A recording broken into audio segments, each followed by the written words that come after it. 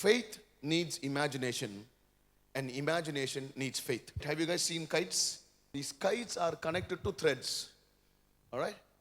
If the kite is flying high, if it has to constantly fly, it has to be connected to a thread which somebody is holding.